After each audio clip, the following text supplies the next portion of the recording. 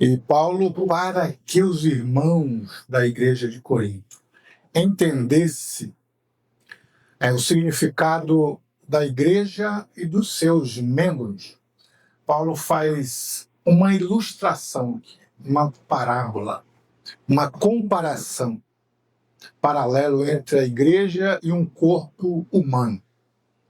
Ele usa os membros de um corpo para poder exemplificar cada membro que há no corpo de Cristo, que é a igreja. E nós vemos aqui já no versículo 12, diz assim: só existe um corpo, porque assim como o corpo é um, já começa dizendo que não tem vários pontos. O corpo ele é um só. A igreja é uma só. É a igreja de Cristo. A igreja do Senhor Jesus Cristo. É essa só que existe. Ele até diz em Mateus: edificarei a minha igreja, definindo qualquer igreja. Ah, pastor, mas a igreja católica, a igreja adventista, a igreja presbiteriana, não são várias igrejas, não. São denominações, com nomes. Mas a igreja de Cristo está presente em cada uma delas que acreditam na doutrina fundamental, ou pelo menos que pregam as doutrinas fundamentais da fé cristã. Aí são a igreja de Cristo, ou é a igreja de Cristo. Mas eu quero falar hoje sobre a importância que é da unidade do corpo de Cristo. Por que é necessário a gente estar unido, a gente entender que somos um corpo e por que somos um corpo, qual que é a importância disso? Destaquei alguns princípios aqui. Eu coloco o primeiro princípio, o corpo, entender o corpo de Cristo, é uma questão de vida ou morte, uma questão de sobrevivência. Os membros de um corpo, do nosso corpo, como Paulo diz aqui, eles estão todos ligados. O dedo está ligado à a mão ligado ao braço, o braço ligado ao corpo e o corpo à cabeça. Então, uma questão de sobrevivência. Você não chega em casa e diz assim: agora eu vou tirar meus braços, minhas pernas e vou dormir, que eu durmo tranquilo. Não é essa a possibilidade. A não ser que você tenha um braço mecânico, uma perna mecânica, ainda um olho mecânico, tudo bem. Mas não tem sobrevivência de nenhum membro fora do corpo de Cristo.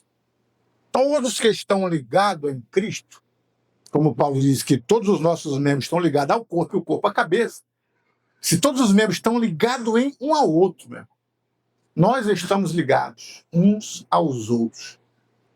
As crianças estão ligadas, os adolescentes, os jovens, todos nós, os velhos, os novos, os obreiros, as irmãs, todos nós estamos ligados uns aos outros. É isso que Paulo vai dizer aqui, que nós vamos entender sobre essa questão de sobrevivência. Não existe isso. Não, pastor, eu não pertenço a igreja nenhuma, eu sou um fiel, sou crente em casa, então você não está ligado nem um pouco à igreja, então você está morto. Não vive. Tem que estar ligado. Por que é que temos que vir na igreja toda semana? Tem pessoas que não ligam. As pessoas, preste atenção no que eu vou dizer para você. Pessoas que não ligam estar presente em curso de ensino, escola dominical, ceia do Senhor, no domingo para adorar, ele não sabe o que é corpo, não sabe a sua função, e nem a função alheia, e nem a função da cabeça que ele precisa aprender. No dia que a gente aprende a importância de sermos membros de um corpo, qual a nossa função no corpo, a função do outro, a função de Cristo no corpo da igreja, você quer vir adorar, quer comungar, quer participar e quer funcionar perfeitamente no corpo de Cristo. Mas os que não entendem, meu irmão, eles preferem as chácaras, preferem shoppings, preferem viagem. E por último, quando não tiver nada para fazer, quando acabar a Copa, aí é que ele vem para a igreja. Quando acaba a novela, aí eu vou para a igreja. Então, estar ligado no corpo é a primeira questão. É uma questão de sobrevivência, de vida ou morte. A segunda coisa que Paulo coloca é que somos dependentes e devemos reconhecer o outro. Somos dependentes de quem? Uns dos outros. Não sei se vocês viram aí no versículo 21 e 22. Paulo diz assim, e o olho não pode dizer à mão: não tenho necessidade de ti. Nem ainda a cabeça dizer para os pés, não tenho necessidade de vós. Viram aí? O olho não pode dizer à mão, ó mão, eu não tenho necessidade de ti. Não pode. Porque o olho, se ele não tem a mão, a sede atinge o corpo, o olho até vê a água, mas cadê a mão para pegar? Ah, mas a sede não é do olho. Tudo bem. Mas aí cai um cisco no olho. O olho começa a arder. Quem que vai tirar o cisco, meu? É a mão.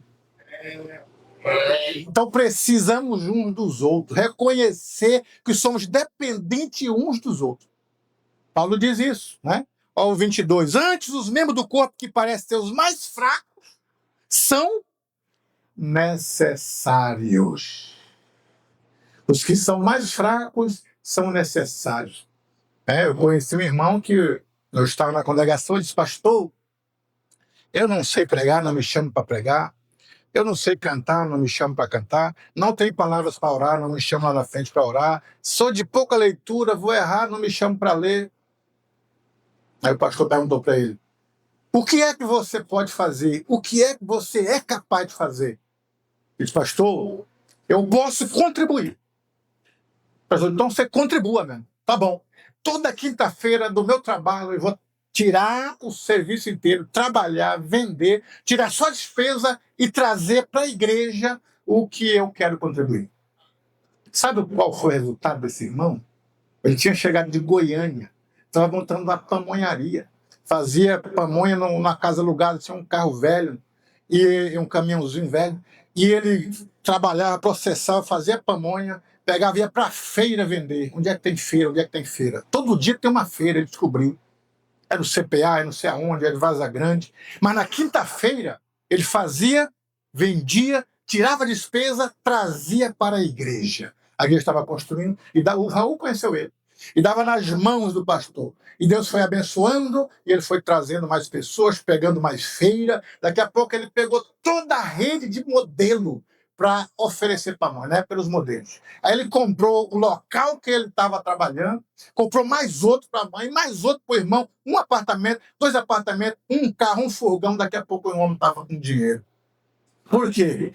Porque as pessoas achavam que ele não era necessário, não cantava, não pregava, não orava, não sabia ler, mas ele sabia contribuir. Tá? Se você orar para... Então ore, meu irmão, ore pela obra de Deus. Eu só sei chegar aqui, pastor, e dar glória a Deus. Então se coloque na posição e dê glória a Deus. Somos dependentes. O terceiro, um outro membro é importante, tanto quanto eu e você. A gente pensa que os mais importantes são os obreiros, tudo bonitão ali, gravatona amarela, né, ó, do Lucas ali. Eita, são importantes os obreiros. Ah, não, mas o irmãozinho, a irmãzinha que limpa aqui, o irmãozinho que abre e fecha, ele não tem tanta importância. Quem que disse isso? A Bíblia não diz isso. Se você vê aí, ó, o versículo, o 22 e o 24, ao 23, e os que reputamos seres menos honrosos no corpo, a esses honramos muito mais. E aos que em nós são menos decorosos, damos muito mais honra, porque os que em nós são mais honrados não têm necessidade disso. Mas Deus assim formou o corpo, dando muito mais honra ao que tinha falta dela. Aqueles membros que a gente nem acha que é importante. Por que você acha que Deus fez o homem com a sobrancelha? A mulher com a sobrancelha? Por que a sobrancelha no rosto? Não, só para decorar. Não é não, né? Quando você começa a suar, o suor escorre aqui, ó, e não cai nos olhos de lado. É importante a sobrancelha. Pega o seu cílio, todo mundo tem um cílio. Tem uma mulher que coloca um cilão que fica, né? Um cilão aí no rosto. Tem aqueles portais que você coloca assim, que é parecendo um farol do Fusca, né? Mas o que é natural, nosso, o que é natural do olho aqui, para quê? Qual que é importante? Para quando a poeira vir, ele proteger os olhos, então ele protege. A rapidez que ele tem de proteger os olhos é importante nos seus olhos. É importante nos olhos. E se a gente fosse falar, falaríamos muita coisa. Meu irmão, é muito importante, né? Tinha um irmão ali no Guanabara que ele era um porteiro, já de idade, eu não me lembro o nome dele agora. Mas ele chegava, igual o Ricardinho, chegava às 6 horas, abria o templo de Gazá, ficava ali recebendo os irmãos. No dia que chegou o coronavírus, que esse irmão ficou com medo e se recolheu, meu irmão, que dificuldade para descobrir qual que era a chave do cadeado, qual que era a chave da janela, qual que era... Que dificuldade. Aí a gente foi ver a importância que tem um porteiro na igreja. Se você chegasse aqui, não tivesse limpinho, cheiroso, dizer, mas cadê a zeladora? Olha como é importante o trabalho de uma zeladora. De qualquer um de nós. E a Bíblia coloca isso, irmão, por igualdade. Não tem os obreiros são maus, não. Tem em termos de responsabilidade e de autoridade. Mas de importância, nós somos todos iguais. Né? E o texto está dizendo exatamente isso. E o quarto lugar que eu coloquei aqui foi a gente reconhecer a nossa função. 1 Coríntios 12 e 17. Olha, se todo o corpo fosse o olho, onde estaria o ouvido? Se você só enxergasse e não ouvisse nada, fosse todo mundo o olho, não tivesse ouvido, você não estaria me ouvindo, não tinha ouvido as belas canções. Tá vendo? A função de cada um. A função de cada um. Não, eu quero ser obreiro. Se todo mundo fosse pastor, aonde estariam os diáconos, os presbíteros, os cooperadores? Deus colocou cada um assim na função. Então a função é interessante. Tem um texto que Paulo diz assim, que nem todos são operadores de milagres. Se Deus bem pode dar o dom, né? E você operar milagre. Mas nem todos são operadores de milagre. Mas Deus colocou os operadores de milagre, tá assim. Os operadores de milagre, para operar milagre. Então, deixa os meninos que estão orando na campanha para Deus operar milagre, que foi Deus quem colocou. Foi, para operar milagre. Deixa eles, têm coragem, vão para cima, irmão. E acontece. Se você tiver coragem, fé, e for um operador de milagre, ou buscar os dons de operar milagre. Quando você vai lá, tá, os dons de cura, são dons, são vários. E Deus distribui para todo mundo operar os milagres. Mas nem todos são. Cada um na sua função. O outro ponto que é interessante, reconhecer o trabalho do outro. 1 Coríntios 12, 21. O que diz aí? E o outro não pode dizer a mão, não tenho necessidade de ti. Porque você deve reconhecer o trabalho do outro. O trabalho da regente é importante. O trabalho do líder é importante. Então, todos os trabalhos a gente tem que reconhecer. A gente só olha para o nosso. Porque eu. E não reconhece o trabalho, muitas vezes não reconhecemos o trabalho do outro. O sexto lugar, reconhecimento da diversidade. Olha aí, 1 Coríntios 19, vou ler aqui. Aliás, acho que é o versículo 19, aí no capítulo 12. E se todos fossem um só membro, onde estaria o corpo? Se o corpo fosse uma bola de ouro todinha, como que esse olho ia andar? Se você fosse um ouvido todinho, né? Cadê os pés e as mãos para movimentar essa orelhona toda que você seria? Então, é interessante reconhecer a diversidade. A Bíblia diz a diversidade de dons. Muitos dons. Não são só 9, não. Porque às vezes as pessoas colocam aqui em Coríntios 13 o dom de profecia, os dons de curar, o dom da fé, e dá 9. Aí achamos, mas Deus não é limitado a só 9. Em outra passagem, Paulo diz assim, a diversidade de dons. Em Efésios 4, Paulo fala dos dons ministeriais. Deus colocou na igreja, ele mesmo.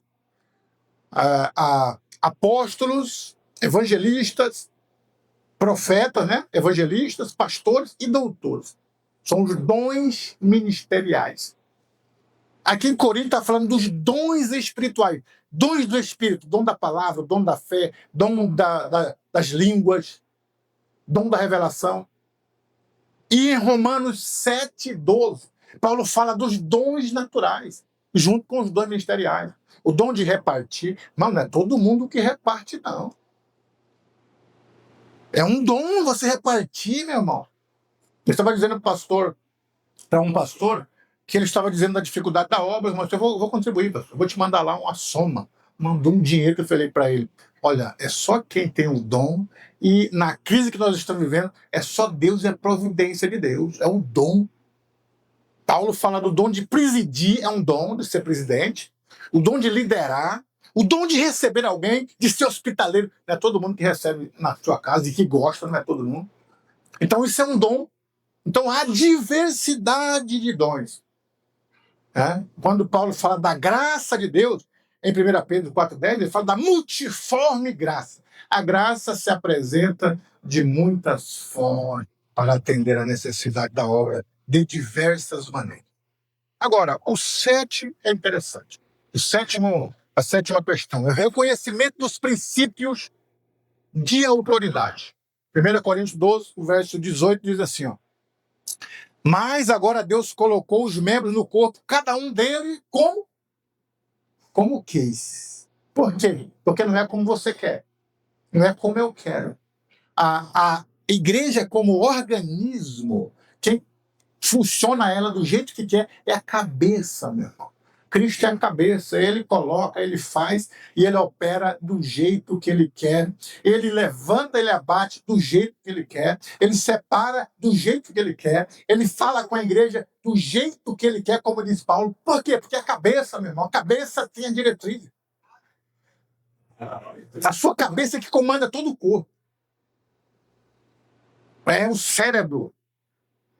Bom, antigamente era o coração, que era o mais importante, né? Não. Hoje fala da morte cerebral. E se o coração parar de bater, pastor? Arranca ele, substitui. O que não pode é o cérebro.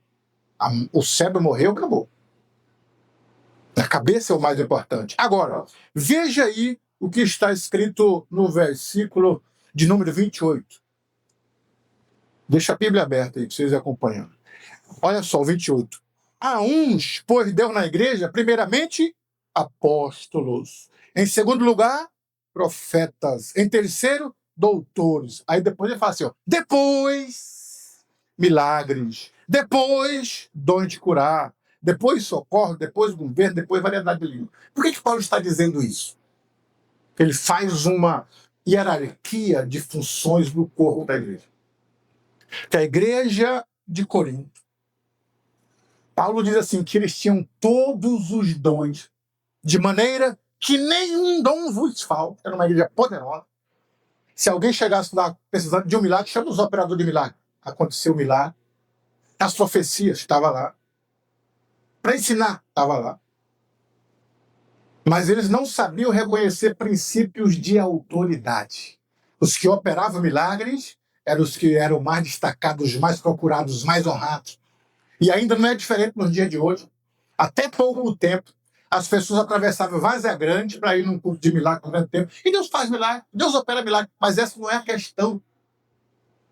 Idolatraram um homem que não sabia respeitar princípios de autoridade. Até hoje nós somos assim. Se chegar alguém aqui e disser, cadê o paralítico? E um aparecer paralítico, levanta, você sai dizendo, esse é o fato, esse é homem de Deus. E nós esquecemos que chegará um dia que Deus vai dizer para eles, ou eles vão dizer para Jesus, em teu nome eu preguei, em teu nome eu curei, expulsei até demônio. Qual que é a resposta? Apartai-vos de mim, que eu não vos conheço. Não basta só expulsar demônio, mandar o paralítico levantar, mandar o defunto levantar e não ter os princípios de autoridade estabelecidos no corpo que o Senhor Jesus Cristo colocou. E a igreja de Corinto estava assim. Não valorizava os apóstolos. Não, Pedro não opera milagre. Não, nunca vi. Não, fulano, não, eu quero os operadores de milagre. Até pouco tempo as pessoas buscavam aquele que profetizava ou aquele que dizia, eis! A gente passava horas e horas ensinando, a igreja até dormia. Mas se levantasse a profeta e falasse, eis! Eita, para aí, agora Deus vai falar. Ué, Deus não está falando através da palavra, meu irmão? Deus está falando através da palavra. Então Paulo corrigiu, chamou toda a igreja de Corinto, de que maneira eu vou louvar vocês? Não vou louvar Não vou elogiar, porque tem todos os dons, mas precisam aprender princípios de autoridade no corpo de Cristo. Aí ele diz, em primeiro lugar, os apóstolos, esses estão em primeiro lugar, porque foi Deus que colocou os apóstolos. Ele é quem chamou os discípulos, eles vão nomear para que vá, ide por todo mundo, fiquem em Jerusalém. Pedro, apacenta os meus rebanhos, e colocou eles como apóstolos, a autoridade máxima. Primeiro lugar. Segundo lugar, os profetas, os que pregam, os que ensinam, e não só profetizam. E ele diz mais. Em terceiro lugar, os que ensinam, doutores. Esse aqui é o ministério. Apóstolos, profetas e doutores. É o ministério da igreja. Em primeiro lugar, os ministérios. Deus colocou como ministro, como pastor, como apóstolo, que tem autoridade.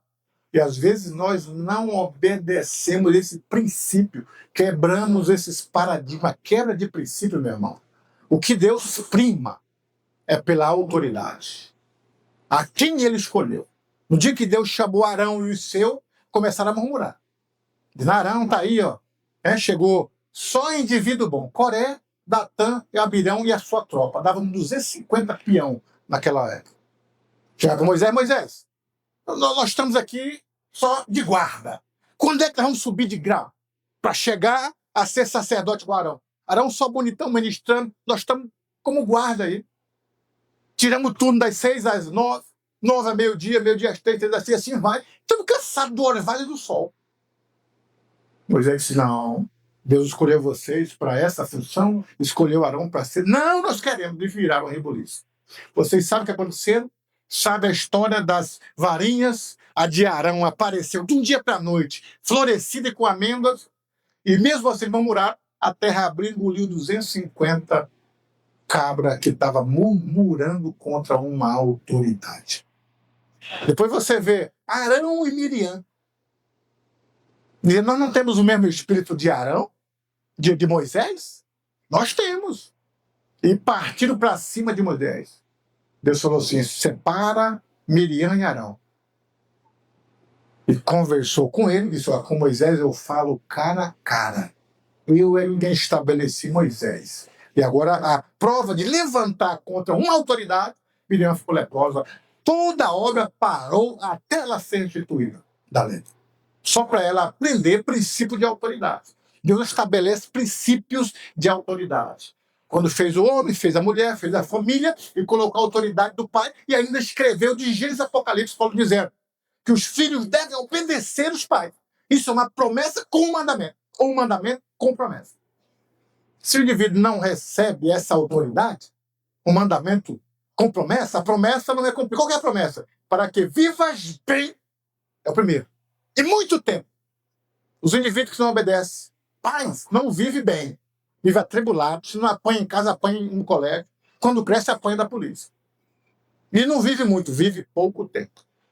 Isso Salomão disse, escrevendo em Provérbios 4, vige meu filho, o temor do Senhor é um princípio de sabedoria. Eu ouvia as leis do meu pai e obedecia os mandamentos da minha mãe. Salomão diz isso. E a Bíblia diz, morreu velho e entrado em dias, porque obedeceu princípios. Mas tem gente que não obedece a autoridade.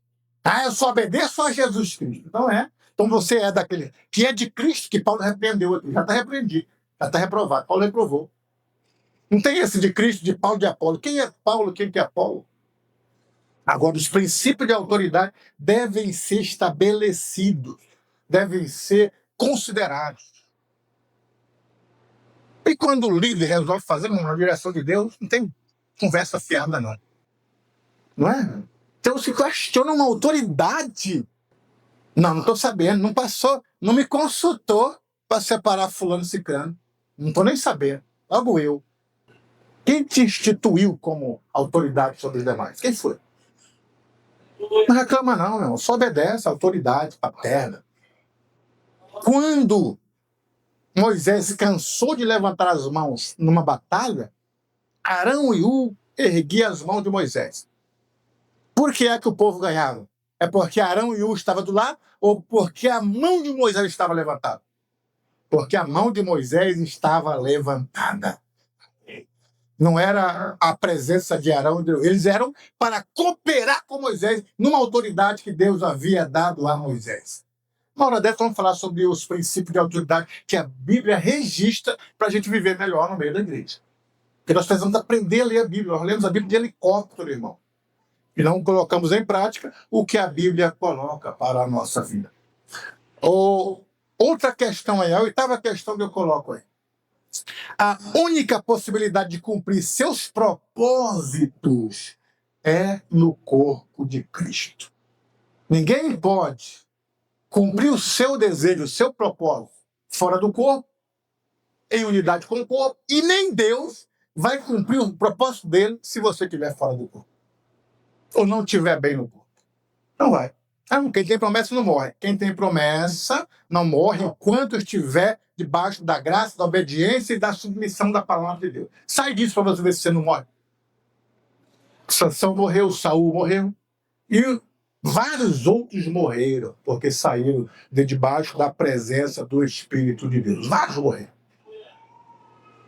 Tem gente que acha, não, eu não estou bem, eu vou para outra igreja. Meu irmão, o problema não é a igreja. Eu estava vendo uma mensagem do pastor Bernard Johnson, ele pregando numa cidade, pregou bonito, e no final um indivíduo chegou e falou para ele: pastor, olha, eu gostei muito da sua mensagem.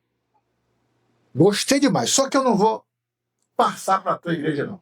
Por que não, meu irmão? Eu estou visitando as igrejas, conhecendo as igrejas. E cada uma que eu fui começou a dizer: fulana, cicana, beltana, tá cheio de defeito. Aí eu vim aqui, faz dia que eu estou vindo aqui. Gostei da tua palavra. Mas aqui também tem cheio de defeitos, os pastores, os irmãos, cheio de defeitos. Então estou procurando uma igreja para mim entrar. Bernardo, no dia que você achar essa igreja, por favor, não entre nela, não. Não, pastor, não. Mas por que, pastor? Porque se você entrar nela, você vai estragar ela, porque você é todo errado. É pecador, é miserável. Você vai entrar e vai estragar a igreja. Então não entra nela, não, meu irmão. Então tem gente que pensa que o problema é na igreja. Não, daqui eu vou para outro bairro, porque lá vão me reconhecer, vamos botar eu para pregar, botar eu para ensinar. O problema não é a igreja, indivíduo. O problema é você, que deve entender o propósito de Deus no lugar que Deus quer você. Aonde devemos melhorar, aonde devemos aprender, se submeter, obedecer. Aí você vai ser abençoado aonde Deus te coloca. A bênção não está no local. Você lembra do pastor pregando? Ele dizendo que a bênção, Deus falou para Abraão: se tu uma bênção. Abraão, vou te chamar, fazer o chamado. Você será uma bênção. Pronto. Se tu uma bênção. Abraão era uma bênção. A bênção estava bem com Abraão. Aí o pastor disse assim: quando Ló começou a contenda, Abraão não disse: eu vou escolher. Não. Ló escolhe. Para onde que tu quer, Ló? Se tu escolher a direita, eu vou para a esquerda. Se tu escolher a esquerda, eu vou para a direita. Porque ele tinha convicção. Se ele fosse para frente, a bênção ia. Se ele voltasse, a bênção ia. Se fosse na direita, a bênção ia. Se ele fosse na esquerda, a bênção era ele. Ele é que é uma bênção, não local, meu irmão. Quando nós somos a bênção, quando você descobre que é uma bênção, aí aonde você for, aonde você estiver, a bênção está. Mas se você não é uma bênção, é uma encrenca, aonde você for, a encrenca vai, porque você é o problema. Não adianta, é a Bíblia quem diz. E nós estamos no corpo de Cristo para quê? Depois eu vou dizer por que nós estamos no corpo. Para melhorar. Não tem ninguém perfeito.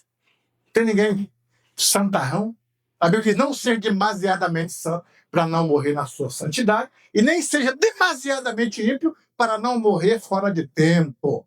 Mas o equilíbrio, a temperança, nós vamos melhorando a cada dia. Agora, tem os perigos que eles atacam o corpo. Qual que é o primeiro perigo? A contaminação. Toma aí alguns remédios, alguma coisa contaminada para você ver.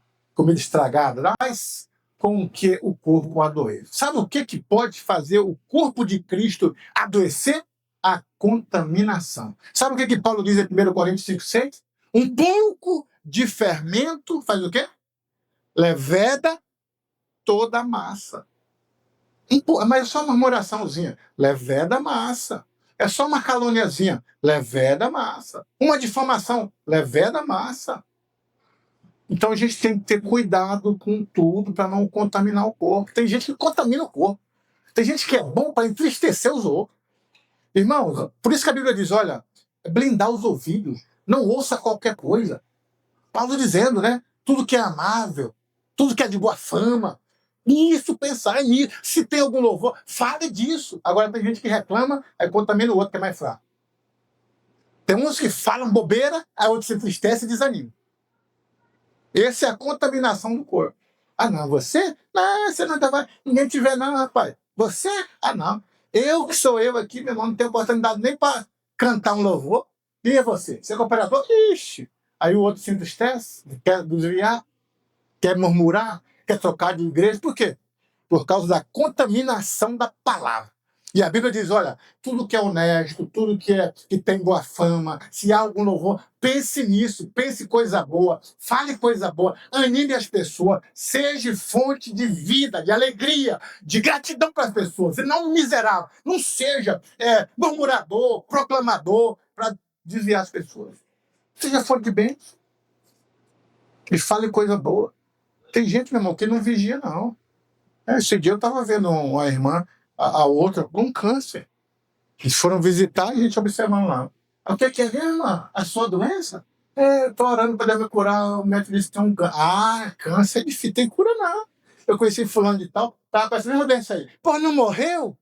Oh, meu Jesus. Não é? Grande coisa que você fez. Alguém que já está precisando ser animado, e você leva uma palavra dessa, acaba de enterrar a fulano. Então, irmão, se não tiver o que dizer, não fale.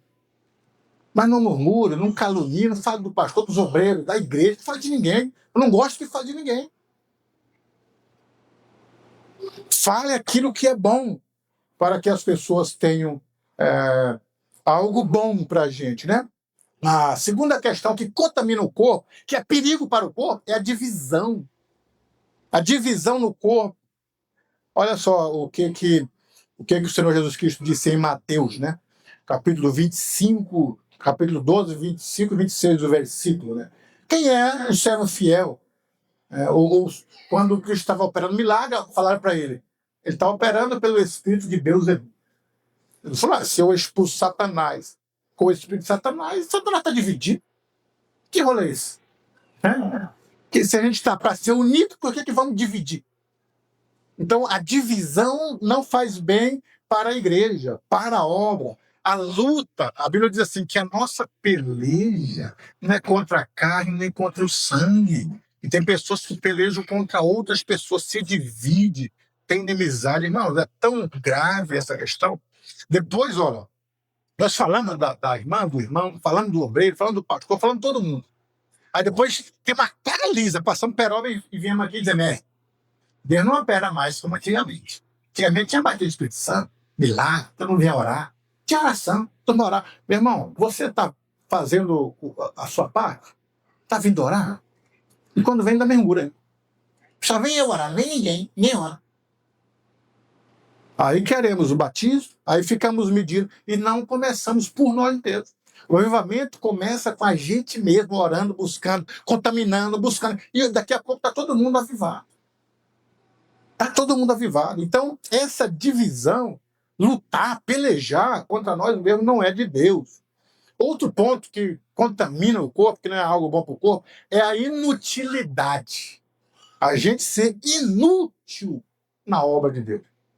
Você já parou para perguntar, o que eu faço aqui? Qual que é a minha utilidade? Ah, porque eu não canto no bonjour, eu só canto na hora da harpa, não prego, não faço nada. Qual que é a tua utilidade? A Bíblia diz assim que eu vos escolhi para quê?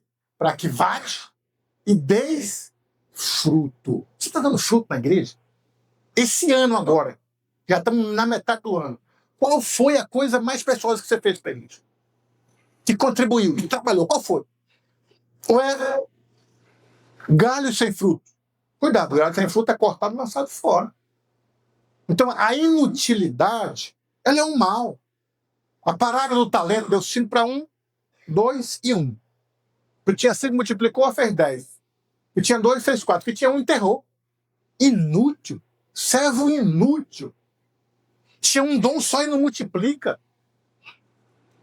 Então a inutilidade no corpo é um mal que pode contaminar. Outra questão aí é o corpo estranho. O que é o corpo estranho? Vocês sabiam que quando a mulher engravida, a criança é um corpo estranho? Ela não é um segmento do corpo dela, como a unha cresce, corta, o cabelo cresce. Não é um segmento. É algo estranho. Começa o desejo, né?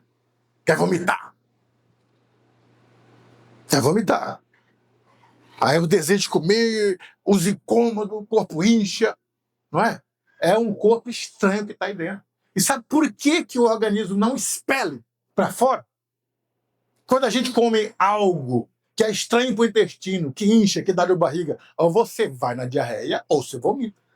Que é algo estranho. Por que o corpo da mulher não expele? Porque a criança ela vem com uma cápsula, uma bolsa que protege ela do próprio corpo da mãe de expelir. O sintoma fica, mas ela fica preservada. Não é um segmento do corpo. Não faz parte do corpo da mulher. É um corpo a mais. É um outro corpo que está dentro de um outro corpo. Por isso esse negócio de, não, meu direito. Eu aborto, eu faço. Está erradíssimo. Como que você vai apelar sobre a vida de outro? É um outro corpo. Né? Sobre atentado, sobre a nossa própria vida, já está na Constituição, fica ali fora, se cortando para ver se a polícia não vem com a Constituição. Não pode. E você vai preso. Agora imagina o corpo dos outros. Né? Então, o corpo estranho na igreja, a Bíblia diz que Satanás se transfigura em um anjo de luz. É um corpo estranho na igreja. E Paulo diz, ele fala em Coríntios, né?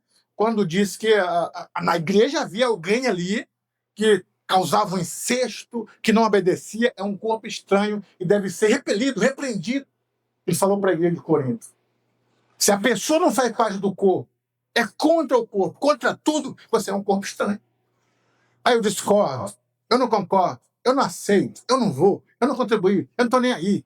Você é um corpo estranho. Você não está sob a autoridade da cabeça que é Cristo. Porque a cabeça ela domina todo o corpo. O que faz com que a boca fale, você ande, gesticule, coma, é o cérebro que dá ordem para tudo. É como se fosse um motor de um carro que é acionado. Todos os demais elementos de um carro funcionam por causa do motor. Tira o motor para você ver. A gente passa o dia inteiro engatando mais, acelerando, não vai dar em nada. O motor não está lá.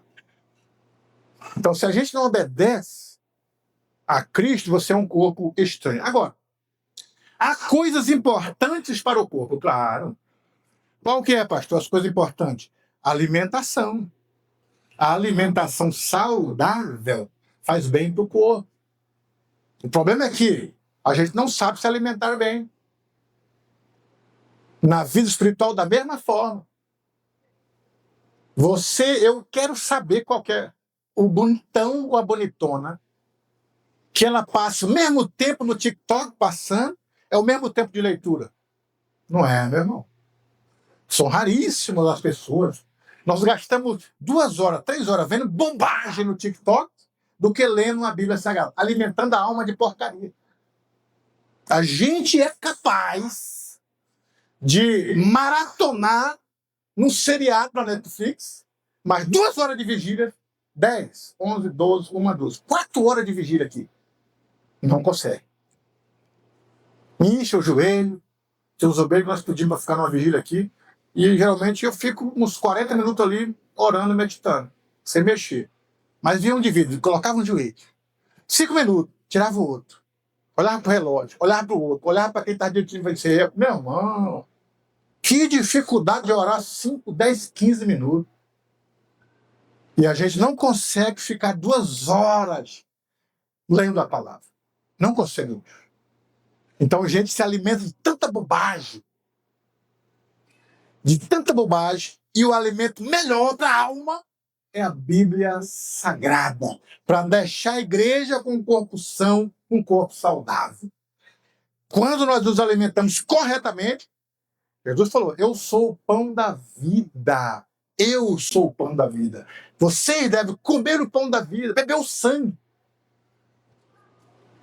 A gente olha dos versículos que falam sobre a necessidade de alimentação, Paulo fala, né, em Hebreus, fala assim que os perfeitos, observe, nós estamos indo em busca de perfeição. Ele fala assim, os perfeitos se alimentam de alimentos sólidos. Alimentos sólidos. Mas ele diz que existe uma outras pessoas que se alimentam de leite. Os imperfeitos necessitam de leite. E ele repreende os irmãos de Corinto, vocês deveriam já estar comendo alimento sólido, mas ficam com tanta bobeira que não cresceram. Eu tenho que dar leite para vocês que não cresceram. Não é tempo de... Eu tenho 60 anos de igreja. Não resolve nada. Eu tenho 400 anos de igreja. Meu irmão, não resolve nada. Já vou aposentar para receber, porque eu de tanto tempo... Meu irmão, não resolve nada. Paulo está dizendo que tem que crescer. Não é o tempo de igreja que cresce. Tem pessoas que estão com 60 anos na igreja e não cresceram. São nanico. Toma leite. Se der um alimento mais forte para ele, já começa. Não é? Agora, tem pessoas que chegou há pouco tempo e já têm uma maturidade para comer um alimento sólido. É disso que Paulo está dizendo. Por quê? Porque começam a comer o leite e continua crescendo, continua progredindo, e daqui a pouco já estão aptos a comer uma comida com a palavra de Deus. Isto é, mergulhar nas profundidades da palavra de Deus, não na superficialidade. A gente tem que crescer, meu irmão. Obreiros tem que crescer. Cada dia você melhorar a sua leitura e o seu entendimento. Não ficar lendo a mesma frase, as mesmas... Tem gente que fala uma hora, escuma o cano da boca. Tem que estar com lenço, escuma o cano da boca. O preto aqui do microfone fica branco, de tanto que ele fala. Agora, quantos versículos ele ensinou, ele falou, ele citou? Qual o texto? Só blá blá blá. E fica zangado porque não prega. Não, eu quero pregar. É leite, se só tem leite, meu irmão, para dar. Só leite. Já pensou se você se alimentar só de coxinha? Todo dia uma coxinha o dia inteiro. Mas a gente come carne, feijão. Eu gosto de coxinha também, mas tem uma hora dela. Hora de comer. Então se alimente, mergulhe e leia. Tem gente que nunca leu a Bíblia inteira e é pregador. Pregador do quê, meu irmão? O que você prega? A gente precisa, a gente começar, eu tenho que começar aqui com os irmãos a treinar os nossos ouvidos, para ir melhorando, para ir crescendo. Porque essa é a ideia da Bíblia, crescimento, não estagnação. Eu estou com 2 anos aqui não. Mas a gente tem que ver a evolução da mentalidade bíblica, do entendimento, a maturidade cristã. Porque foi isso que Paulo disse, que ele deu uns para apóstolos, profetas, evangelistas, pastores e doutores, querendo o aperfeiçoamento dos santos, para que todos cresçam. Não é cresça de tamanho, cresça no ministério. Agora eu sou evangelista. Não, isso não. Cresça no conhecimento, no entendimento, na maturidade, na revelação, na visão, na palavra. Cresçam em Jesus Cristo, madura em Jesus Cristo, aprofunde as suas raízes. Fale coisas diferentes, coisas novas. Não, mas esse assunto aí não é para mim, não. Escatologia, sangue, fogo, colônia, não entendo. Não vou quebrar a cabeça. O que é o ministério?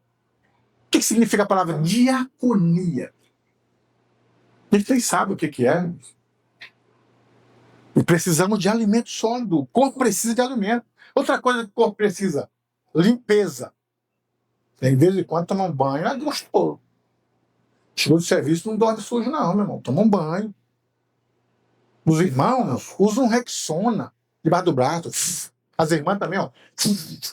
Para tirar aquele cheiro azedo. Rexona é muito bom. Antigamente era minâncora. Né? Aquela branca, passava, não, agora tem uns Rexona cheirosos. As Natura tem um cheiroso. Compre, meu irmão. Limpeza. É limpeza. Se o corpo precisa de limpeza, imagine a igreja precisa tratar sobre isso. Paulo fala disso.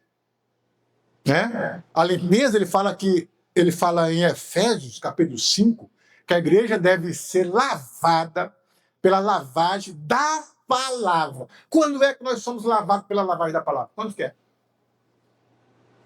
Aí não vem no culto de ensino na escola dominical. Como que vai se lavar? Como que vai ser purificado? Se a água para purificar o corpo, que é a igreja, é a palavra de Deus. É a palavra que limpa. Quando Pedro disse assim, Senhor, tu não vai me lavar, não. Se eu não te lavar, tu não tem parte comigo. Então dá um geral.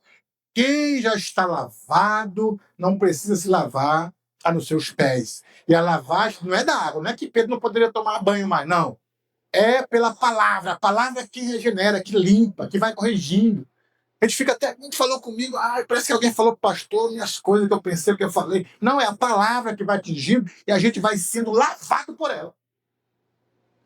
A terceira coisa que o corpo precisa, que é importante para o corpo, proteção. Proteção? É, proteção. Em Lucas, né? Os discípulos chegaram, Jesus do céu, pelo teu nome, até os demônios, eles se sujeitam. A gente fala, sai, ele sai no teu nome, fica toda alegre. Que é uma proteção contra as ordens maléficas. É a proteção externa. Quem nos protege do mal, do mundo? O próprio Cristo. Ele é a nossa proteção. Aquele que habita nos esconderijos do Altíssimo está protegido.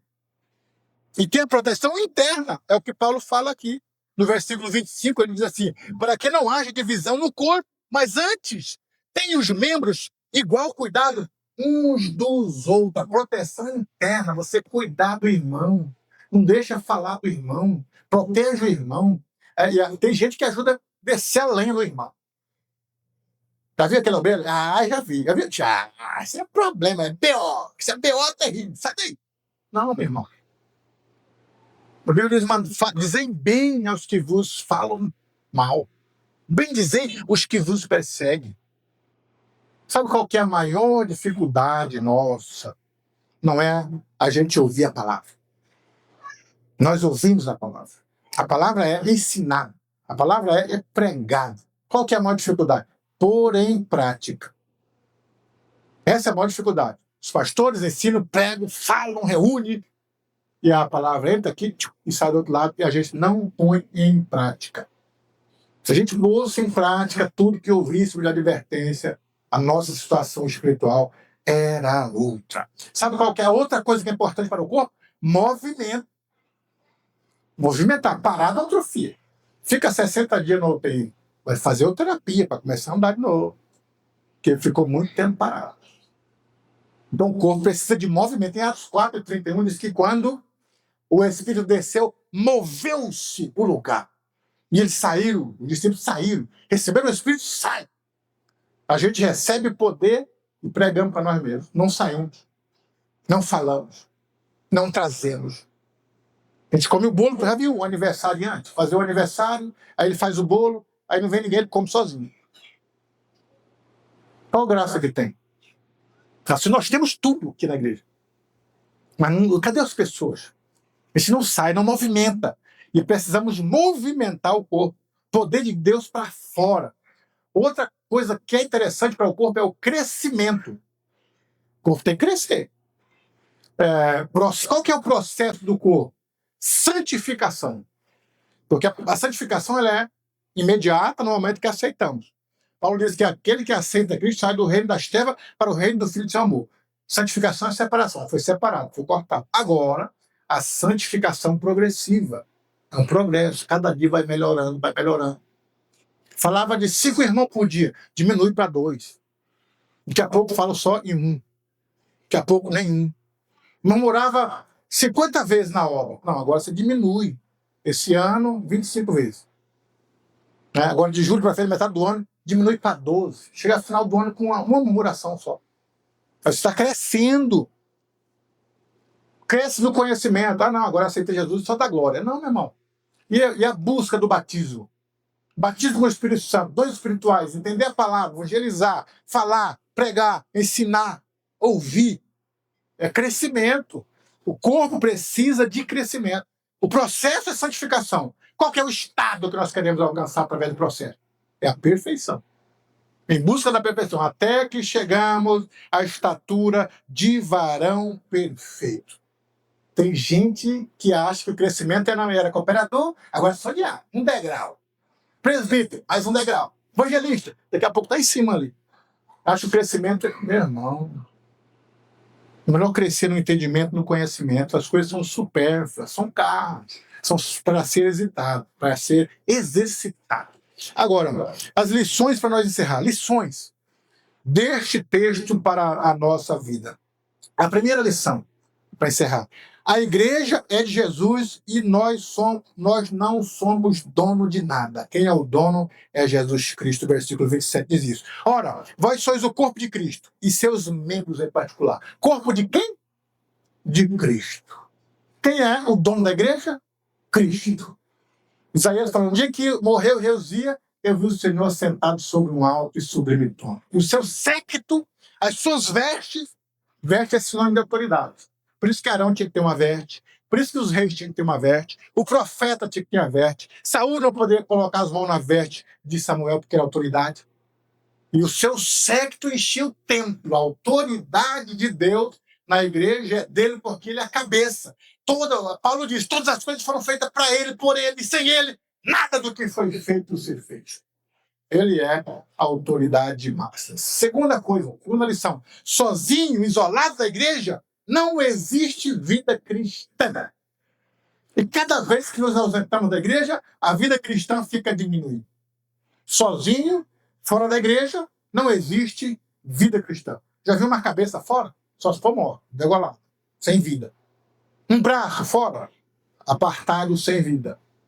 Tudo tem que ser na igreja, para a igreja, porque só a vida, se estivermos na igreja, é unidade, ligado e comunhão, no mesmo propósito da igreja. Aí a vida aí, cristã e espiritual. Terceira coisa, gere bem-estar no corpo. O versículo 26 diz isso, ó. De maneira que se um membro padece, todos os membros padecem com ele. E se um membro é honrado, todos se regozijam. Então gere bem-estar. Não mal-estar. Tem gente que gera mal-estar. Onde ele está, revoluciona tudo, já dá briga, já vamos para um lado para o outro. E nós devemos gerar bem-estar. Um é honrado, todo mundo se alegra. Um recebeu algo, todos se alegram que recebeu. Recebeu uma bênção, todos se alegram com a bênção. Agora tem gente não, que se entristece com a bênção alheia. Comprei um carro, miserável. Nem tem condição de usar o carro e a mãe. Está até cheio de parcela. Irmão, se alegra com a bênção do outro. Pastor, eu comprei uma casa sem do aluguel. Já quer se aparecer. Esse dia está no aluguel. Agora está dizendo, se alegre com a bênção. Gere bem-estar na igreja. Né? A quarta, cuide de você para poder cuidar de outro. É o que diz 1 Coríntios, capítulo 10. Aquele que cuida está em pé? Cuide para que não caia. O problema é que nós queremos cuidar do outro, não de nós. E a Bíblia diz, aquele que está até cuide, eu me cuidando. Então, cuide de você e não do outro. Para que o corpo tenha bom cuidado. O quinto lugar, todo o corpo depende de quem? De Cristo, né? O versículo 27 diz, ora, vós sois o corpo de Cristo e seus membros. Todo mundo depende de Cristo. Somos membros em particular, porque ele é a cabeça, ele é quem delega, ele é quem ordena, ele é quem sustenta, ele é quem fala, ele é quem gera, ele é quem regenera, ele é quem salva. A Bíblia diz, ele é quem cura, ele é quem batiza com o Espírito Santo, ele é quem delega o idem, é Jesus Cristo. A presença é para ele, a honra é para ele, a glória é para ele. Quando a gente aprender sobre esses mecanismos, tem algumas coisas que nessa escola bíblica eu fiquei meditando e a gente precisa, eu tenho que falar com você. Estava falando com o pastor Ed Vinagre, no refeitório lá no sábado. E ele dizendo, pastor, a gente precisa ensinar a igreja que o culto, um dos elementos que fazem parte do culto é a oferta. E a gente não sabe a importância que tem ofertar. No Antigo Testamento, todo culto tinha que ter uma oferta. E a oferta era física, era um animal. Tinha que trazer um animal, um éfa de farinha, um mel. O pobre, uma pombinha. O de classe média, um carneiro, um cordeiro, uma cabra. O rico, um boi, ou uma vaca, ou 10 vacas. E a gente vê isso do Antigo Testamento ao Novo. Diz, não dá lugar A adoração se completa com oferta. Porque nós aprendemos a ser avarento. Os neopentecostais, com a teologia da prosperidade, sugaram tantas pessoas que a gente ficou meio... Só fala oferta, oferta, oferta. E a Bíblia fala demais de oferta. É algo que eu já tinha separado, já tinha feito os estudos, já tinha preparado os slides para os irmãos entenderem com clareza a importância da oferta. Mas nunca tive... Deus nunca deixou eu falar ainda, tocou no coração para falar. Mas é algo que está no coração. A gente aprendeu a ofertar. Ofertar. Deus não pediu nenhuma oferta nossa com filho. Pediu para Abraão. Toda vez que Jesus está no templo, que é na hora da oferta, para onde que ele vai? Vocês já prestaram atenção? Mateus, Marcos, Lucas e João vai para o gasofilácio, que as pessoas levantaram voluntariamente para levar sua oferta. Ia lá no gasofilácio. Inventaram agora esses negócios, mas antigamente, quando eu era adolescente, eu via, colocava a mesa e o pastor Raimundo Reis dizia assim: vamos cantar a oferta sempre com louvor. Você nunca vê uma oferta, todo mundo parado, vamos ofertar, e fica todo mundo olhando para cá do outro. Não, sempre com louvor. Porque foi assim que nós fomos aprendidos ou ensinados no Antigo Testamento. Vamos louvar o Senhor? Vamos, todo mundo cantando, ofertando com alegria. A Bíblia diz que Deus ama o que dá com alegria. E as pessoas antigamente vinham com a ofertinha e colocavam lá em cima da mesa. E meu pai e minha mãe diziam para os meus irmãos: você já tem oferta? Não. Não tem? Então toma aqui. Não pode ir para o culto sem oferta. E as crianças vinham e ofertavam, ofertavam, ofertavam. Hoje em dia, nós obreiros, ruim de oferta, ruim de contribuição. Aí dizemos, antigamente nós operávamos, de batizar. Hoje está feio. Não, meu. Está feio você. Feio somos nós. Que não fazemos. O pastor José Lopes ensinou uma vez: olha, quando você vir para a igreja, você não tem, você só tem R$10, só tem ele por mês inteiro para ofertar, então troque ele por R$1, que é aquelas notas de verde de R$1. Troque 10 por 1, mas cada dia do culto traga a sua oferta. E veja a diferença que isso vai fazer na vida da igreja. A diferença. Porque não é sobre dinheiro, não é sobre dinheiro, é sobre gratidão, é sobre princípios, é sobre reconhecer aquilo que Deus deu muito mais para nós e a gente não se prende a nada. É se desprover da avareza e das coisas materiais e priorizar. É sobre isso. Eu tenho vontade de dar esse estudo. Outra coisa é a prática, a nossa prática da igreja, como obreiro. O que é ser obreiro? Eu ainda vou falar. Para a igreja, reunir, ensinar. O que a Bíblia fala? Como que deve ser o obreiro, a igreja se comporta com a obra. O que é a obra? O reino de Deus, o que é isso? Qual a nossa função? A nossa funcionalidade? Precisamos falar nisso. Precisamos. E tantos outros assuntos que nessa escola bíblica eu anotei, que se Deus permitir, nós iremos falar, se Deus quiser. Ensinar a nossa igreja a melhorar, crescer e ser abençoada para a glória de Deus. Amém, meu Deus? Amém?